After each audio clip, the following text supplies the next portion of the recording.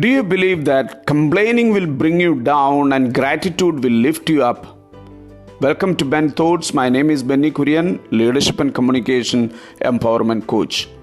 Why do people complain? We complain when we feel there is a significant gap between an expectation and reality. Grumbling and complaining comes from a root of bitterness that is so deep within your core. Complaining is gratitude's enemy and negativity is good friend. Why should you stop complaining? Number one, it makes you more likely to think negatively. The more you complain, the more likely you are to think negative thoughts later on. Every time you complain, your brain physically rewires itself to make it easier and more likely for that reaction or the type of thought to occur again. Negative thinking ends up breeding more negative thinking. Number two, it can damage your memory. MRI scans show that constant complaining can lead to shrinking of the hippocampus, the region in your brain responsible for cognitive functioning. A smaller hippocampus leads to a decline in memory and the ability to adapt to new situations, among other functions. Number three, it increases your levels of cortisol, the stress hormone. When you complain, you increase your levels of cortisol, also known as the stress hormone.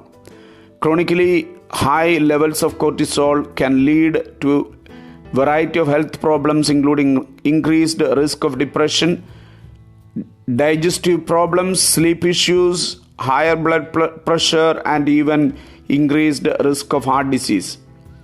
Number four, it can shorten your lifespan. Constant complaining is not only bad in the moment, but it can be detrimental in the long run. Number five, it makes the people around you negative. No one wants to be around unpleasant people, but if you keep complaining, you might find your peers adopting these negative habits as well. Now let's see the emotional effects of complaining. Number one, you never try to problem solve.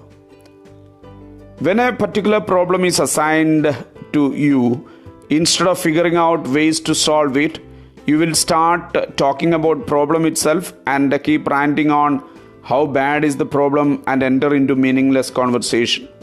Number two, you feel powerless. You find yourself feeling powerless in talking about things you can't control. Number three, you feel exhausted at the end of each day. Complaining too much can leave you feeling both physically and mentally exhausted at the end of the day. When you complain and think or speak of worries, you feel exhausted because this activates the body's stress response. This chronic activation leads to low energy. Number four, you dwell on the past. If you tend to talk about past problems that no longer exist, you are likely taking complaining to the next level. Recycling old worries does nothing to help you or your situation. Number five, you feel anxious. Complaining can elevate your levels of anxiety and stress, as negative event recall activates worry and stress that are experienced even on cellular levels. Number six, your mood is generally low. It is hard to experience joy in life when we are focusing on what is not working. Instead, your thoughts should be in hope and gratitude, as this elevates your mood and happiness levels instead.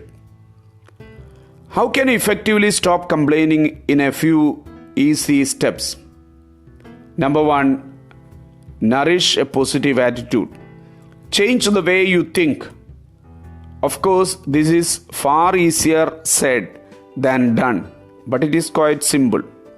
Cultivate positive spin on how you perceive the problem. For example, it is easy to stress over having the perfect child, perfect job, or perfect spouse, etc. Accept that life is just plain messy. No one and no situation is or can be perfect. accept the situation and move forward.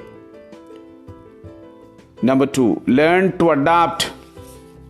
The only sure thing about life is that nothing stays the same. Change is coming, whether it's tomorrow, next month, or next year. Some life changes are significantly sad. Acceptance of a situation helps you to adapt positively to life's changes. Take up the challenge of seeing the positive in a situation, even if it is a small good. Think of the experience as an opportunity rather than an obstacle. Number 3, be more mindful.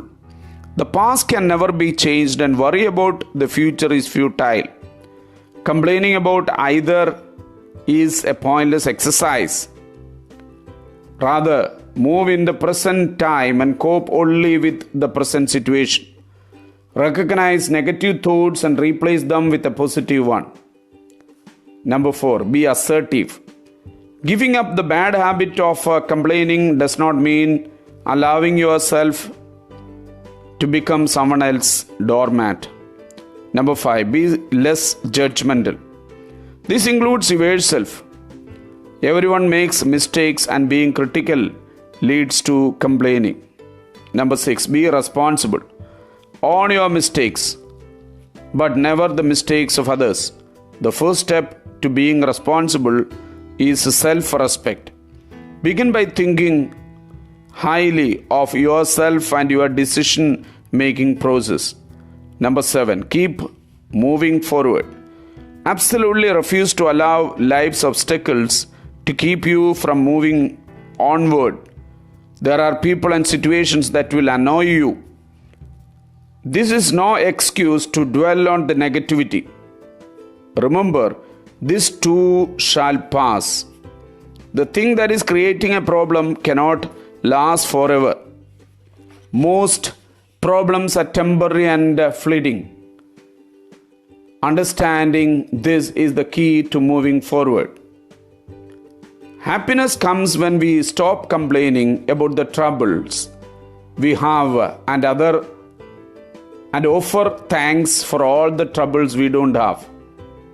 Happiness comes when we stop complaining about the troubles we have and offer thanks for all the troubles we don't have. A God told once said, acknowledging the good that you already have in your life is the foundation for all abundance. Acknowledging the good that you already have in your life is the foundation for all abundance. Gratitude is riches. Complaining is poverty. Instead of complaining about what's wrong, be grateful for what's right. Hi, are you ready to stop complaining and start living? Good luck. Thank you very much.